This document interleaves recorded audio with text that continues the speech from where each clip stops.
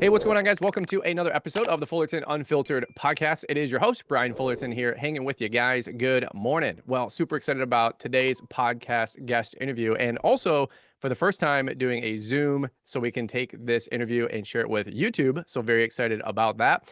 Joining us all the way from over the great pond over there in what neck of the woods are you in again, Mark? I'm in Krakow, Poland right now. Poland. All right, there you go. Uh, So we've got the CEO of SingleOps and LMN, Mr. Mark Sedgley, joining us today. So how you doing, brother? Good, man. It's great to be with you. I can't tell you how much I appreciate you taking the time to rock it out on this podcast. So thank you. Yeah, you bet. Well, so funny story. The kids are going crazy behind the scenes here. We've got grandma Mhm. over. It's 2 on 3. I told my wife, Yeah, "Hey, I've got to break off to do a podcast," and she, you guys know how that goes. yeah. Record scratch. Yeah, she's like, "Oh, yeah, okay." And Mm. and she knows our Thursday is usually my office day. But funny story, when Mark and I booked this a couple of weeks ago, the date that worked out the best was today on the 13th, or the 12th, I should say. And that's actually when baby was scheduled to be born, which is great. Our baby actually came a little over like 10 or 12 days early. Which is the first person with my last name to ever be early to anything, Mark. Um, so so I'm glad it worked out because if the baby came when it was supposed to, like today, I told Mark, I'm like, we might have to reschedule this. Go figure. That's But right. Yeah, all things being said, I'm glad to have you on. We're gonna get into your background, your story. I know you've been a little bit on the speaking circuit at some of the LMN events over winter. You've been at some of the local trade shows and big trade shows, which is great. for sure. Yeah. So you've got a rich background, and so without me having a longer further ado, if you want to maybe take a minute or two and get these folks up to speed with your background, and then we'll break some things down tonight. Yeah, I mean, first of all, super excited to be here. You look way too refreshed to have just had your third child and going from man to man to going to zone defense. So congratulations. Awesome Thanks. stuff, Brian. It's caffeine Uh, and chaos over here, brother. So I'm wearing a Pops Coffee t-shirt, I love so here, there you go. I'm in support. I love it. Um, Brian, I don't think my story is very much different than anybody else's that is listening to your podcast that started their own business, to be honest with you. I mean, when I was growing up as a kid in East Tennessee, like first job I ever had was knocking on doors and mowing people's yards and weed whacking, which is what we called it in the South. I went to college, graduated, and my wife is from Krakow, Poland, hence why I'm here. And she and I have been together since I was 18. And we came back to Krakow, Poland, Brian, when kind of like right when she graduated college. Okay. And we came here to for my sister-in-law's wedding.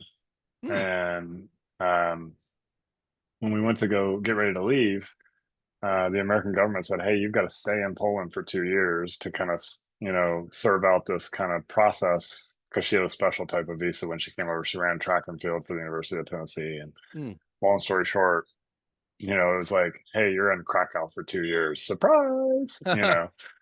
And so I think that's where like my first formal entrepreneurial kind of bone got kicked in, though, and it was really cool. I was like, well, shit, I got to get a job.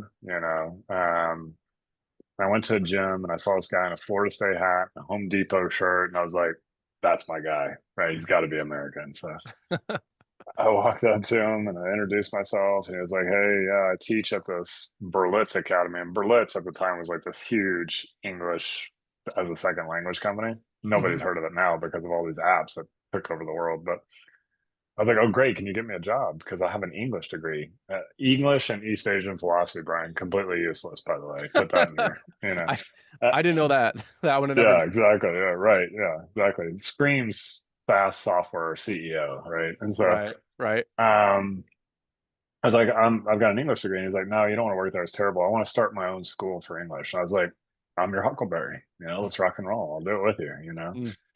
And so like over the next 90 days, man, by hook or by crook, we launched Atkins Academy and this old Jewish section of Krakow called Kazimierz, which is where Schindler's List was filmed. And, Wow. we built out this program. We had 300 students, knocking on doors, like standing in hypermarkets and like handing out, freebies to come, check out the school. And It was a really neat experience, man. And I think right then I realized like, this is kind of cool, doing your own thing and building something and seeing it come to fruition.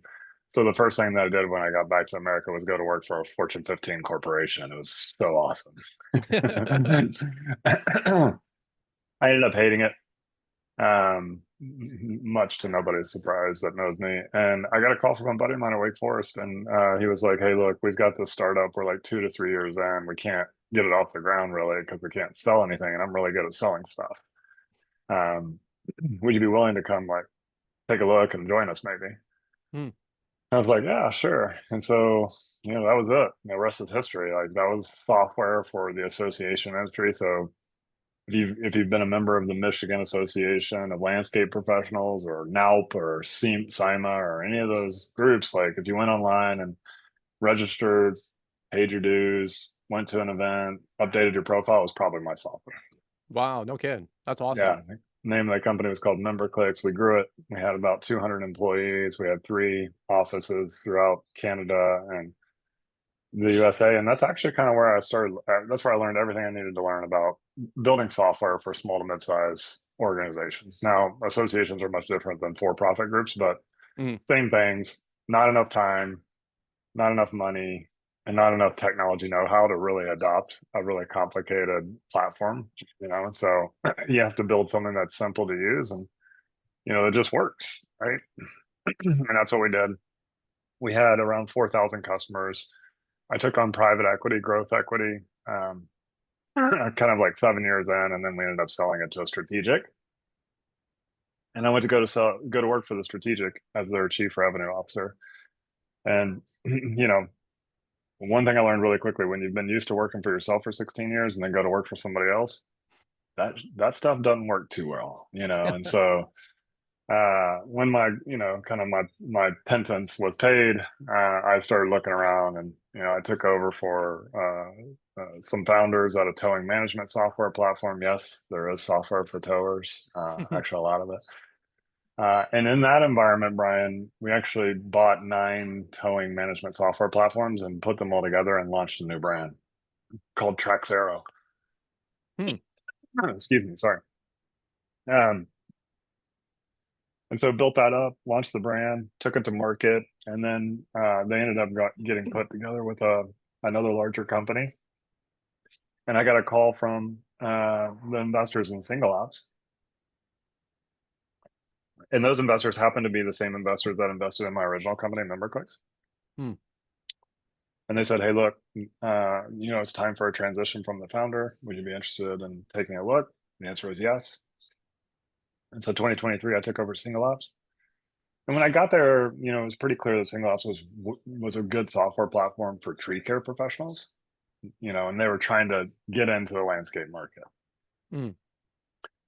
And, by get in, they weren't doing it very well. We weren't doing it very, very well. And so I was like, hey, let's just focus on tree care.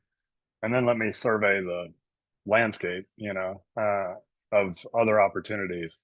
And as I started to do research on the landscape market and, kind of see what kind of customers, awesome customers, and the similarities between tree care and landscape professionals and how they leverage software, became pretty obvious to me that I wanted to get into the landscape segment of the marketplace, much Okay. bigger than tree care, similarly underpenetrated, if you can believe it. Over 60% of all businesses that are landscapers still don't have software today, Wow. in Wow. terms of like leveraging a platform like Jobber or Aspire or LMN or SingleOps or anything along those lines. And so Hmm.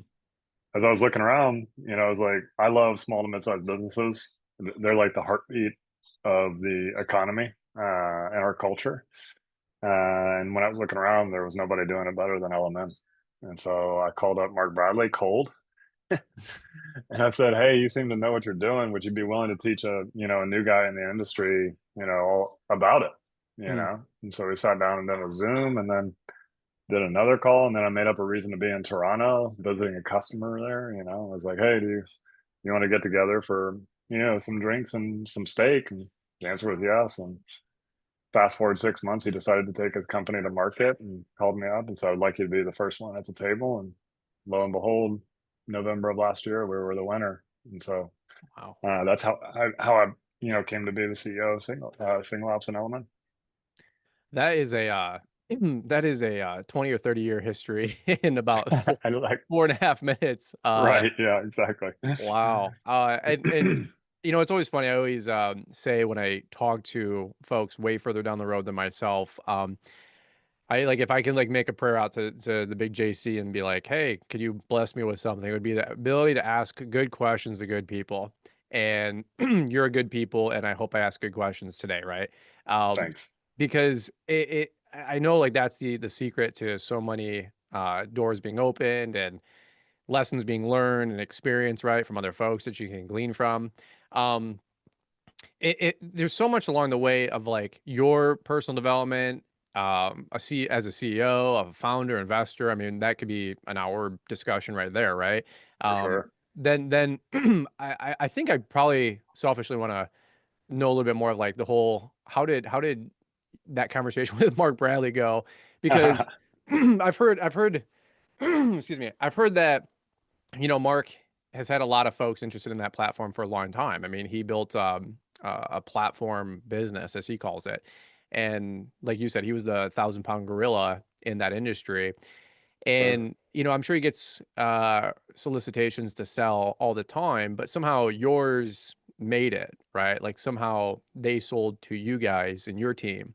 And like, how did you, if we can spend a few minutes there, I'd love to talk a little bit more probably today about like LMN and you're taking over and the growth of that business and platform because it's very close to me being involved with onboarding with LMN the last 16, 14, 15, 16 months. Um, Yeah. and I was just on a Zoom live last night with our private Facebook group called Link. And I said, man, I've got more cash in the bank in Brian's Law Maintenance's account than I've ever had pre building my house and my barn. Like, because we emptied out the bank account to do the house and the barn. Right. But I'm like, it's going back up a lot faster than I've ever would have expected.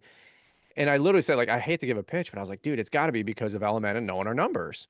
And Right. before that, we were just throwing mud up against the wall and sees what sticks, just like so many others. Um, Sure. so I think that that conversation is probably the most practical for me. And I know a lot of folks are out there adopting Yeah. software and getting involved with all that. But let me take it back a couple of steps to you wanting to get involved with the landscape industry and software in general. Like you said, 60% of folks don't even use software. Like that actually blew my mind. I thought it'd be a lot less. Like in terms of Yeah. like more people would be using something, even For sure. a point of sale type program like Square or something, right? Correct. Why is the number only 60%? Or what have you guys noticed the habits of like landscapers or tree guys or mow and blow guys in general? Like, why are they using software? Why aren't they using software? Why is it not a higher number? I guess. Yeah. I mean, I think the easy answer to that is just the grind, right? It's like, Busy doing the work. yeah. So the overwhelming majority of the tree care marketplace is owner operators. Like landscape is much different segment. There's like owner operators, and there's kind of like 10 to 15 crew, and then 15 to 30, and then you just keep getting bigger and bigger. And there's big chunks in those segments. Whereas with tree care, it's like 80% of the marketplace is owner operator, and 20% is like big. Right, right.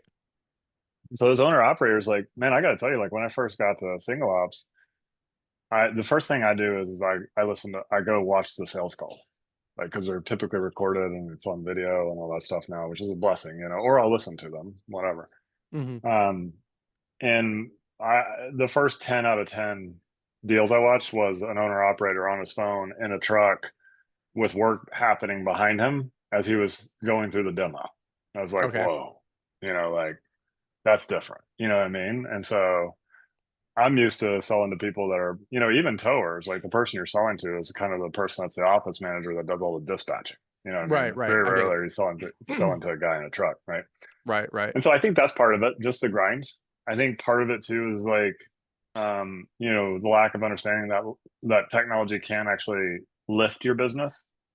It's kind of that, like initial, it's like working out. It's like, you should do it, but like, man, it takes so long to get into the gym for like 2 weeks straight. Sure. And I do think onboarding software is arduous. Like I said, typically we're dealing with low tech users with not enough time and not enough budget to really throw at like, hey, fly in and train me and all that stuff, right? Right, right. And so I think all those kind of factors combined kind of do that, like they create that. Um, and then there is a segment of the marketplace, like if I were to take it out, that there's just a language barrier as well, right? Like there's a lot of owner operators that, the language barrier makes it really difficult for them to adopt software in the United States, just because most of the platforms aren't bilingual at this point. Well, if And so I think, go ahead. I was just going to interject, like to learn LMN even it was an onboard for me. I mean, I feel like It's hard.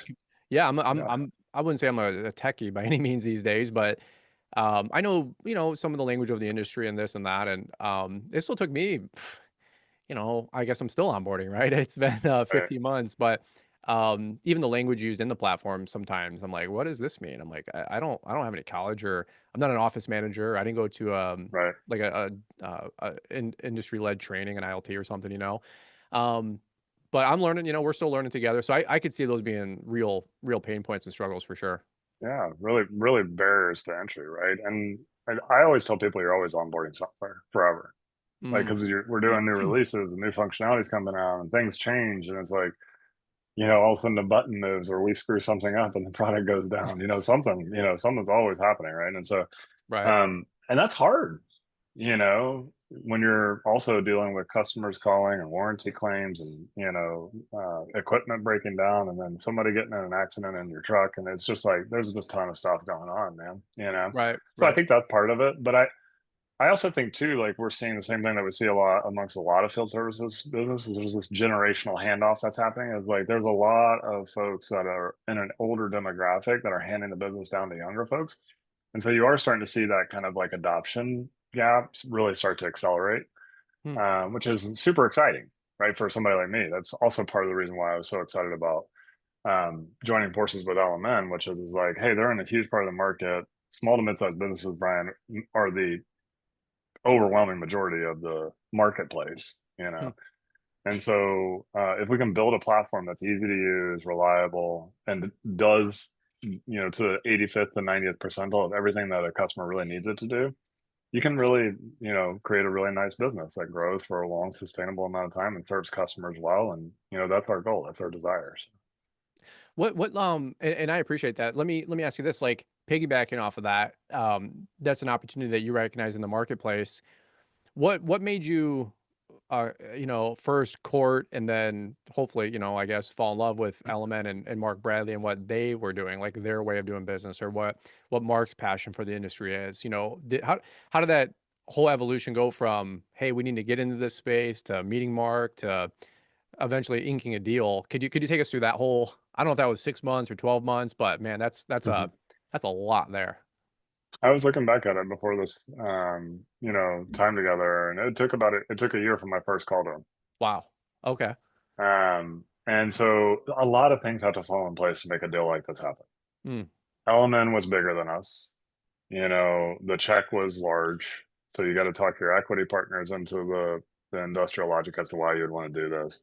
You have to make sure that Mark is like, yeah, like you seem like a reasonable person I would sell my baby to, right? Right. But let's Right. go back to your first question. And then, by the way, you have to think about your teams. There's two different teams, two different cultures, two different software platforms, yeah, blah, blah, blah, blah, blah. Like that could keep going on with the list, right? For sure. Um, but like, I think what drew me to it is first and foremost the customers. Like, I'm a big SMB guy. I've always worked with SMBs. I really do believe that small to mid-sized businesses are the fabric of our society. Like, they build communities, they support schools, they hire people in their local area. They're the spirit of entrepreneurialism. God forbid I say it's like super American, like, you know what I mean? And it's like that Yeah. stuff really resonates with me. And I love serving those customers because what you're doing really matters at the end of the day, right? And I'm not saying serving big corporations doesn't matter and all that good stuff. I'm not saying that. What I am saying though is like I can see the ripple effect of the work that we put in to make your job easier, Brian, on a day in and day out basis. I can see it firsthand. I can touch it. I can go visit you, and see it happening. I can hear your story about like, hey, my bank account, is growing faster. It's because I know my numbers. I built my budget in LMN. Like all that stuff to me is like magic. Like it's 100%. intoxicating. Yeah. And so what led me to Mark and LMN was the customers. And then Mark built the business the same way I built my business. So he was an evangelist, right? And so, he's evangelized not software. He's evangelized knowing your business, right? And so when I grew member clicks, I didn't evangelize software. I evangelized efficiency. It's like, hey, you're a nonprofit organization. You only have so many dollars you can spend. You've got to make them, go as far as it can go. And so I spoke. I went around the country. I did road shows. All that stuff. Very similarly to Mark. In this industry. And so that resonated with me. So that told me, Brian, that the culture of LMN was probably not going to be that much different than the culture of SingleOps because we very much take an evangelistic approach as well. And so that was really nice. And then the third thing was the reach into the marketplace. He had over 3,000 customers. There's a lot you can do with that. There's a lot creatively you can do that from a software company. So if you get the core platform right, you can start to build out a suite of solutions that those customers will want to adopt over a course of time. And so all that stuff was like really, really attractive to me personally, and then obviously, you got to make Excel files work and, returns on investment and all that good stuff. But uh, really at the end of the day, it was the customer. That Mm, was what drove everything for us. that's So awesome. That's a very strategic move too. I mean, at the end of the day, right, it is still about dollars and cents, especially when you've got investors like you said that you got to answer to and deliver for, right? for sure. Yeah. It's I can only imagine like those politics and dynamics. I don't envy that. If I'm feeling lazy as a self-employed person that day, at least I know it's gonna hurt me and my bank account, but at least I don't have to answer to anybody, I guess, other than my That's wife, right. you Yeah. know. Yeah. And We all answer to somebody, Brian. that's what I'm saying, brother. I was gonna say there's always somebody's brass we gotta answer That's to. right. Yeah, exactly. Right. At least I feel less guilty knowing I don't have investors, right? That's funny, but well, and it was funny because ironically enough, timing was I had just got to meet. I think I met. Did I meet you before it sold or after it sold? I think After, after. So I think I met. yeah. So I think we had LAL and Mark Bradley came back very excited. He was like blasting a bunch of stuff out on his Instagram stories. I'm a big fan, obviously. So he's like living La Vida Loca in like the Bahamas or something. And Yeah. I think he just got engaged, obviously, to his fiance Liz, and Mhm. so then he cuts his vacation like a day short, flies back on his halfway on a PJ. He said because he said, Mhm. I said, man, it's nice to be. I got to be rich one day like Mark and fly a jet. And he came to LAL and basically, I don't know if you remember this. You guys are probably still dealing with the fallout, but he like basically gave a ridiculous incentive and offer and sale to everybody at our conference. And I was on stage and I looked at the numbers.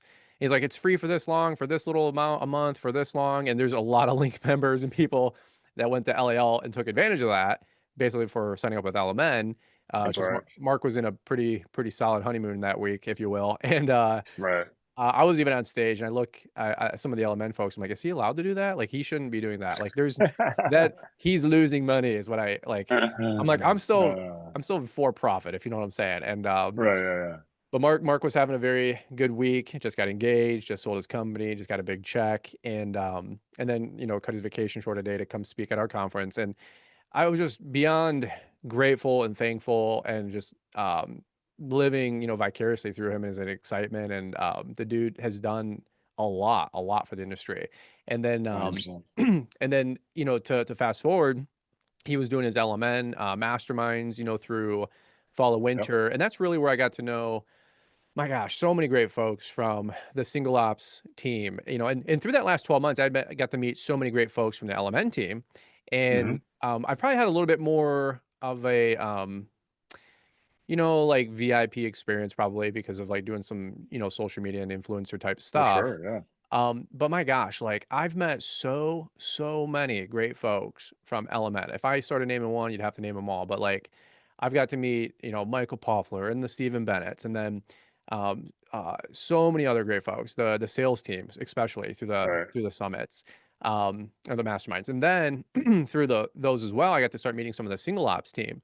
And Yep. and it's funny because at first I was like, and I'll kick this back over to you, but at first I was like, Mark, come on, dude. Like I just signed up with this thing. It wasn't like Mark was like, hey man, let's sell software together. It was nothing like that. Mark was like, hey dude, I'll help Right. you grow your business because I was excited about pivoting to grow Brian's Lawn Maintenance into a $5-10 million company. Mark, one day when you get some one-on-one time with Mark, ask him about the dinner he had with me, explaining what EBITDA meant to me. And it was a very, very awkward conversation. Of course, my peers and my friends, Kale and Brittany Allman were there to forever razz me for life because at the end Oh of the dinner, gosh. Mark like spun the dream, and then I'm like, Mark, what's an EBITDA? And he just like he just looked at me. He's like, man, we got some work to do. But but long story short, it was like I was like 6 months in the onboarding with LMN. I'm like telling everybody LMN's great because we're knowing our numbers and other folks are learning their numbers. And then like one part of me, I was like so excited for Mark that he, sold his company and he's gonna move on to Leanscaper. But then the other side of me, I was like, well, what about me, dude? Like, what about everybody else? Like, what Right. about LMM?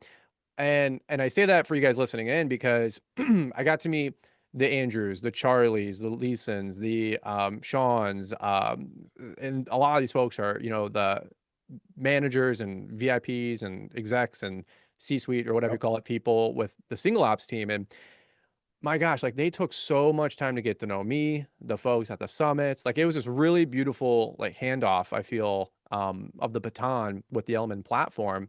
Can you speak about that like transition for a little bit? Because I mean, what the investment that you guys are making into the platform and cleaning things up and streamlining things, it's like been second to none. I can rest assured like we're in good hands, is what I was basically trying to say.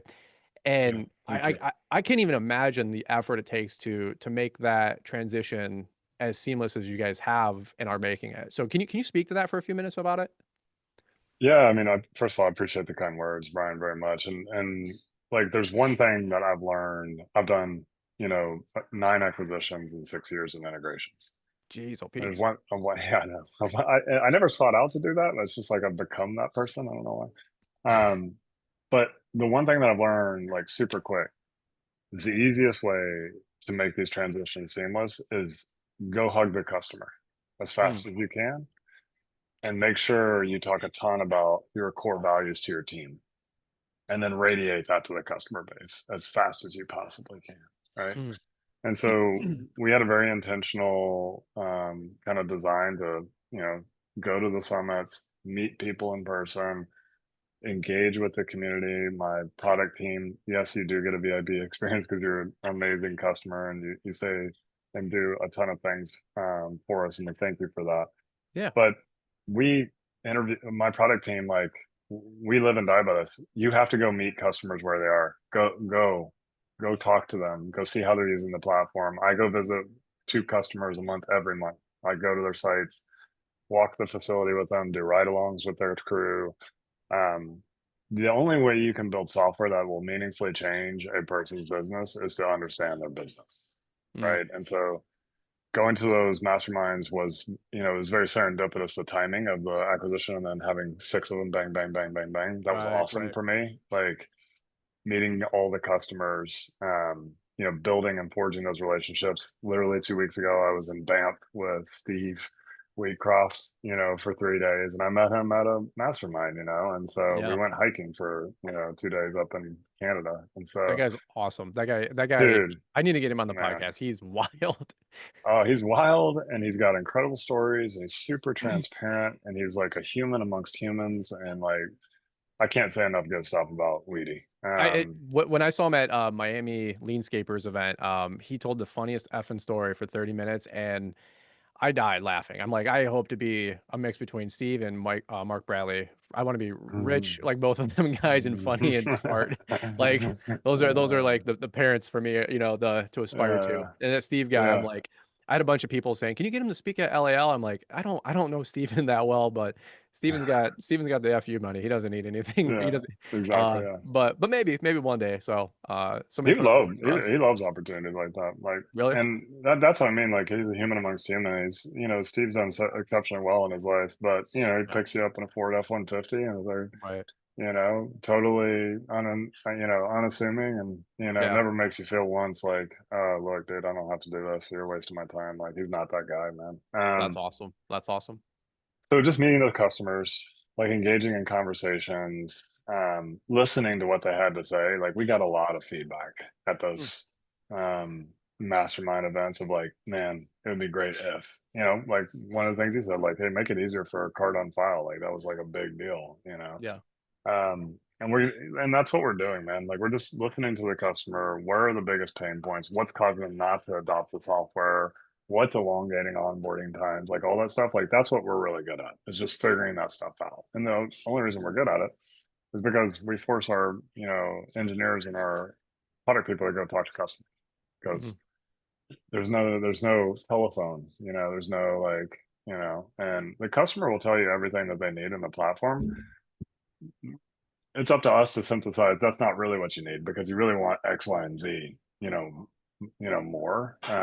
But that transition for me was like an amazing introduction to the marketplace and to the industry. And Mark was incredibly gracious in that process and welcoming me into the mastermind community, the LMN community, and the landscaping community. And so I thought it was great. But the two things had to happen at once, Brian. We had to embrace our internal team and embrace our core values and share those core values and what our mission and vision was for, the new combined company. And then we also had to go hug the customer and just shake their hands and slap their backs and, hear what they had to say. What do you see like the long term vision for LMN then with I don't know if like SingleOps is that its own software, its own app, forgive me. Yes, it's its own platform. Yeah. What do you see like the vision for the two platforms long term? Will they become one? Are they going to be standalone? And then like either or right or wrong answer, but like where do you see the vision for LMN over the next 5 years, for example, now that you're at the Yeah. helm? I mean, yeah, I think the way that I would think about it is our company wants to be synonymous with the green industry. Okay.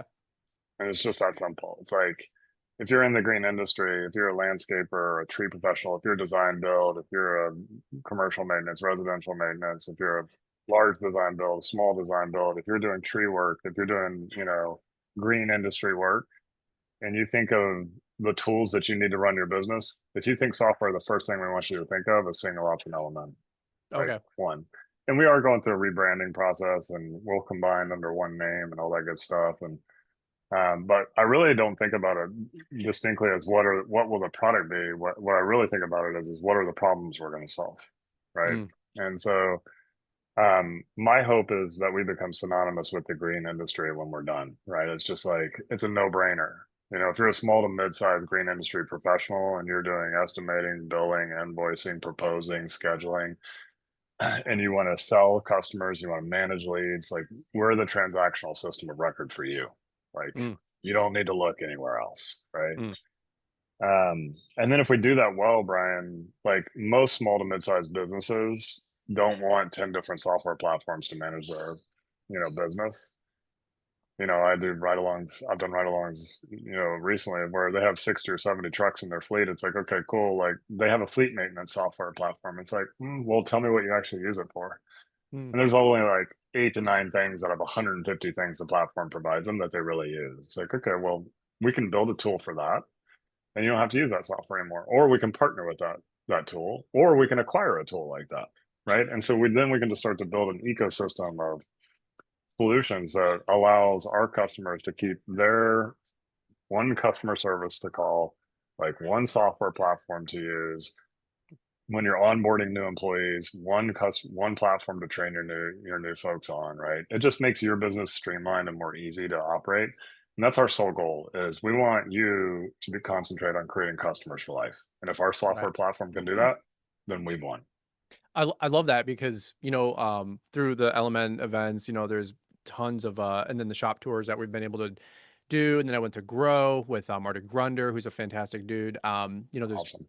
GPS Trackit, GPS Insight, then you got Fleetio, then you've got Slack, and all these different communication tools. And my gosh, like, when people say tech enabled business, All right. like where do you start and when do you finish, and I can see with the horsepower that you guys have now and then the team behind everything consolidating, not just green industry softwares, right? But also the supplementals to go with it. Yeah, 100%. And like sometimes you don't want to touch the supplemental, so we'll partner with them, or sometimes we'll look at something else and be like, hey, we should just acquire them. Like Yeah. we're not going to build something better than that. Like, and then sometimes it's like, you don't need all that, and you're paying $10,000 a year for it. So here, have this for 200 bucks a month more. And let's save Right. you some money and like make your team more efficient, right? I love it. And I then love it. on top of that, we have a greenness platform, which I think is like this like beautiful ray of sunshine that allows our customers to like train and develop and empower their teams to be better at their jobs. There's like so many other things that we can do with that platform over a course of time that could make it really powerful for our customers as well. And so there's like a lot of like opportunities to like build a very powerful platform that allows our customers to grow efficiently. And to me, like that's my goal, is to help this industry get better at what they're doing so they can focus on the things that they love to do, which is building awesome outdoor spaces, making dreams come true, putting friends and family together outside, making sure that, commercial businesses and organizations are safe and reduce liability, like all the things that our customers do day in and day out. Like, I just want to make it easy for them and they can just kind of forget that they're using software. Yeah, I love that. I love that. It's I don't say like it's a lifestyle, but it can be, and it's a Mhm. philosophy of doing business, and I remember you saying the exact same thing about that with Mark a minute ago, right? It's the way he evangelized the industry, about Right. budgeting and knowing your numbers and that's what got me. It's funny that you say that. My brain just fired off and thought that's exactly what got me, quote unquote, with Mark 18 months ago when I went to an LMN mastermind 2 winters ago. And Right. I've told this story before, but if you guys haven't heard before, I told Liz, I came back from the 2-day event, and Liz goes, I think it was after the first day actually. She goes, "So what did you think about Mark?" And I said, "Pretty cool dude, Or no, she goes, "What do you think about LMN?" And I go, I mean, pretty cool." I said, "I don't even know if they talked about LMN, but the dude talked about helping people, paying frontline Right. workers like livable wages, changing the industry, changing it so people make profit." And he was giving stats about how little big companies really make sometimes, and all this stuff. And I came and just the passion for the people, right? And I came back and Right. I said, yeah, I don't really remember anything about LMN. I said, I think we're going to use it. I think we don't know what we don't know. And I was like, this Mark guy is awesome. And then, it's funny in your own way.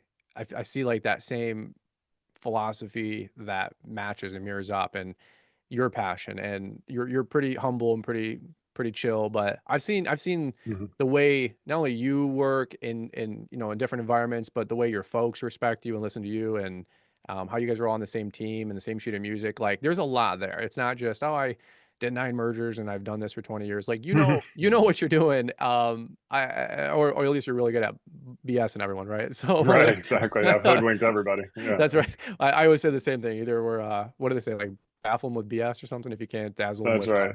Yeah, whatever. that's right. But Fake it till you make it. Right. that yeah, exactly, right. Well, let's wind down the convo right now, and we'll kind of land the plane.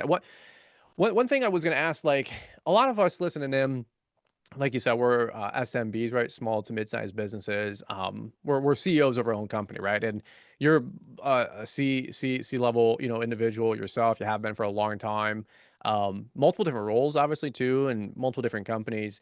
I know one of your tenets was, hey, you gotta uh, really talk about core values with your team and really understand the customer. And I love that. Just to wrap up with any final thoughts, like what else maybe has driven you as a CEO that some of the guys listening in, whether they're doing 100 grand and they're the CEO of their small business, or a guy listening in who's got a $4 million company, he's got 37 employees, he's struggling and running to do it all, right? And you've got 2 to 450 probably team members, plus or minus whatever you got going on. If I did some Mhm. simple math, like what are some ways that you've like stayed focused or got the ability to stay productive, or some tenets of principle that when you're having a tough day, you just remind yourself, like any lessons learned along the way that are like core principles for you that you could pass on to these guys? There's two. So the tough days will always come. The obstacle is the way. Like, don't think of the obstacle as an impediment. Think of it as a opportunity, right? So like when you're growing businesses, I've grown a business from sub $50,000 in revenue to north of 30 million in revenue. That's not easy to do. Mm, very, very hard. Right. So for those of you that are going through that, the obstacle is the way. Don't ever look at it any other way. The only way forward is through. mm. Okay.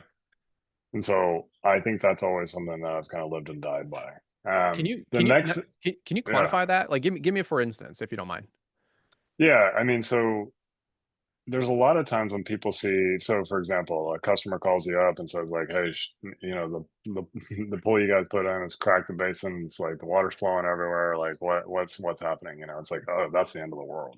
It's like, as opposed to looking at it as the end of the world, like, hey, we're going to look at this obstacle as an opportunity, right? I'm going to, as opposed to me running over to the customer and like just figuring out what went wrong and then lay into everybody that did this. I'm going to take the time. I'm going to call 2 or 3 people that did this work with me. They're going to go with me. And we're going to use this as a teachable moment. And we're all going to learn together. We're going to Mm, listen to this customer and they're going to feel that pain with me so that they know exactly how this is going to make us better tomorrow, right? And so that's a simple example. Like I've had a million examples of that from my own, time frame.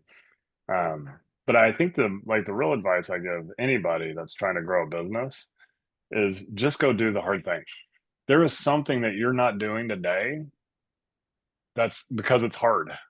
Like you don't want to do it. Like you don't want to tackle it. Like it's either it's outside of your skill set, it's a terrible conversation you don't want to have with somebody who's been in your business for 10 years. Like just anytime you're having a conversation in your mind, like on your commute to work, or drinking your cup of coffee, if you're having a conversation with somebody in your head or you're having a conversation with yourself about like, oh shit, I do not want to do this. I don't want to have this conversation, or you're having the conversation and you should be having it with the person, just go do it. mm, Go do it. Just go punch through it. Don't delay it. Just go knock it out. Like do the hard thing. It's the only way. And mm. so I constantly look for all the hard things in the business. Like I see it as my job to go find what are the hard things that nobody wants to like deal with, and I go shoulder to shoulder with them and go deal with it. Mm. And so those 2 things, the obstacle is the way, and just go do the hard thing is like 2 things. Like if you can just fall in love with that, you're gonna do just fine. You're gonna How do build you a business. how do you remind yourself that this is what you want to do when it is the hard thing, and this is what you like you said, this is the hard thing and this is what you need to do. How do you keep yourself in love with the process as things grow and the headaches get bigger though? The number one thing I remind myself of is who is this hurting? So like when I'm thinking about like do the hard thing and I'm not doing it, the first thing that I decide on, okay, why is this hard? Okay, who all does it involve? And who is it hurting by me not doing it? Mm, You always typically think about the hurt that'll be involved when you do it. You never really instinctively think about all the hurt that's happening for not doing it, mm, right? And hurt can be quantified in a lot of different ways, Brian. It could be missed opportunities. It could be culture degradation because of a bad egg from an employee perspective. You could have a customer that keeps demoralizing your team. Like, and I've had all those, by the way, yeah, all of them. unintended consequences kind of. Yeah. And so by you not doing the hard thing, who are you hurting? Because whenever you're focused on the hard thing, you're just looking at that thing like, well, that's going to hurt this. It's going to hurt the customer. It's going to hurt our revenue. It's going to hurt the EBITDA. It's going to hurt this employee's feelings. But you're not taking a wide enough aperture. And so whenever I think about not doing something, or oh wow, that's going to be hurtful to this, or harmful to this, or degrading to this, I always take a step back, and that's a trigger for me. Immediately take a step back, but and say like, who who is this hurting, or what is this hurting by me not doing it, right? Wow.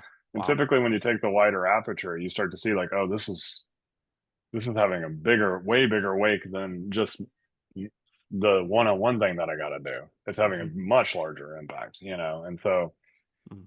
I've just found like, whenever there's something really hard and I don't want to do it, it's like, well, take a step back and say, well, who is this hurting outside of that? And so That's I good. also, it sounds so trite at this point because everybody seems to do it, but like I, I journal like religiously every single day. Hmm. Like I read and I journal every single day. And one of the things that I started journaling like 7 years ago, this was like not forever, like recent, and it happened when I hurt my back. Um, one of the suggestions that somebody made to me is like, Mark, every morning when you get up, write down at least three things that you're afraid of. And I don't mean snakes and like heights. You know what I mean? What I mean is like what are you really afraid of? Like think about it. Like what are you afraid of? And I was like, man, this is stupid. He's like, and then I want you to write it down on a piece of paper. And when you get done writing it down that day, you take it and you crumple it up and you throw it away. Mm. And that physical act of writing down what you're afraid of, and by the way, when I started doing it, I was like, I don't know what to write here. And then I was like, I am kind of afraid of this. So I wrote it down. And then every day, it's easy for me to write three things that I'm afraid of. You know what I mean? And I got to tell you, it's incredibly satisfying to take that and crumple it up and throw it away. But that trigger, Brian, a lot of the things that I write that I'm afraid of have something to do in my personal life, my professional life, obviously. And a lot of times that professional life stuff is like, oh my God, that's the hard thing. Mm. And then when I take it and crumple it up and throw it away, it tells me just how much opportunity, that I have if I just go tackle that thing that I'm afraid of. Mm. That's your driver.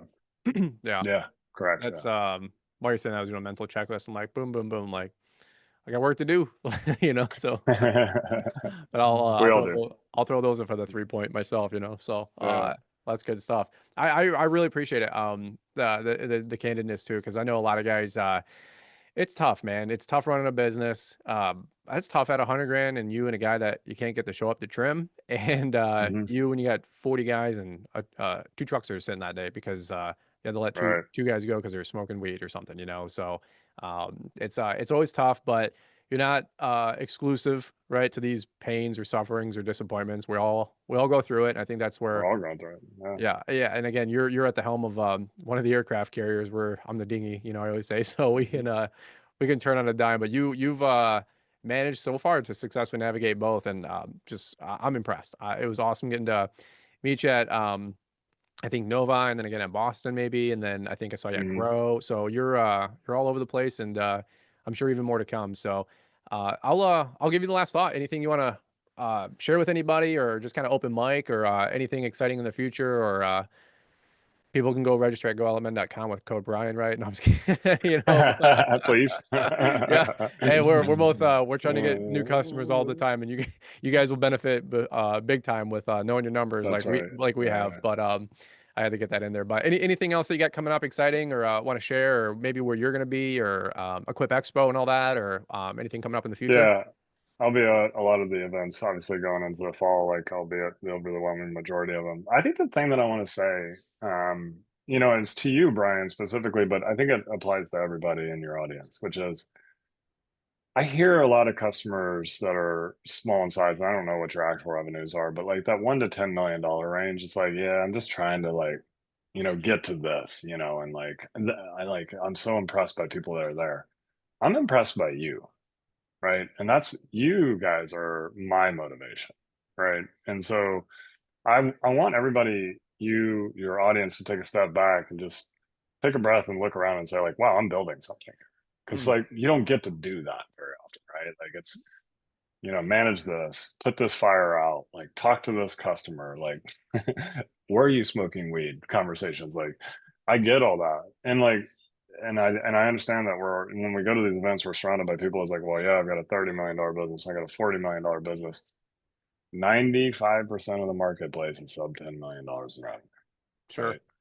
And so bread and butter, the like pride and joy of the industry is you, what you're doing, right? And what your audience members are doing. And so I just ask, don't shoot yourself short and actually just look at how much you've already accomplished and take pride in that because you're building, you know, the economy of our country. And that Mm, to me is like incredibly noble. mm. And it's something to be complimented. And I think it's something to be appreciated. So that's my final. That's awesome. That's awesome. Well, thank you. I mean, well said. And shout out. I mean, that's how I say exactly to all the guys too. I'm like, dude, don't don't shoot yourself, short. We're not all going to be Davy Tree or Yellowstone, So it's like we Don't got have to be. right, right. I mean, you can chisel out a couple $1 million company, good payroll, good profit, and have a decent little lifestyle at $3 million business, you know? and So change lives. exactly, exactly. Yeah, that's awesome. I love it. Then Yeah. if you guys are just getting to know Mark, you can see where the passion is. You can see that we're all in it together. He's one of us, you know, and again, I don't envy your job or position, Mark. You got a lot going on, but you got a great team that's helping you do it, man. I I do. can't Yeah. Thank I you. I can't thank you enough for even if it's just good people skills and good politics to be a listening ear. I just literally don't take it for granted because you and the rest of your team and the LMN team have always listened. I mean, it's crazy. And I've and it's a lot, as I always say, I've got a lot to say and a lot of passion, as we call it in quotes, you know. Yeah. So complaining, but passion, you know. And so Yeah. Yeah. the LMN team and the SingleOps team, they're hearing, they're listening, they're awesome, they're doing, and so I think we're all in good hands. So I think Awesome. that's what we'll just land it today. But thanks so much for the time, brother. I can't thank you enough. Are you on social, or where can people find you, or Yeah. LMN or I'm on SingleOps? I'm on LinkedIn. I'm on Instagram. Gosh, Yeah, I don't know my Instagram handle, but Mark Sedgley on LinkedIn is my LinkedIn profile. If you want to email me, Mark at singleops.com, just MARK at singleops.com. there you go. And then go lmn.com and www.singleops.com. There you Where you go. can And then find us. Yeah. promo code Brian. So Promo code Brian. Like use it. we'll, we'll get you the hookup, you know. So there you go. But Yeah, all right, 100%. brother. Well, I know what time is it, by the way? I know it's got to be 12 hours ahead. It's 8 p.m. Yeah, 8 p.m. Okay. Oh, and not too bad. Okay, there you go. Yeah, So, yeah. how long are you overseas then? A couple weeks, couple months? Yeah, no, the next 7 to 8 days. Oh, cool. Super cool. Well, Yeah, we'll hope to have you safe travels back, and I'm sure we'll be seeing you here at some event before you know it. So appreciate the time today, brother. on the fall circuit, right? Yeah, that's right. Yeah, I try to match your schedule and Mark's. I don't know if I can keep up with that, yeah. so we'll see. But all right, we'll appreciate you, brother. Thanks again, and we'll look forward to catching up with you on the next one. All right, Thanks, brother. there you go. Keep well. Yep. See See you, ya. brother. Bye.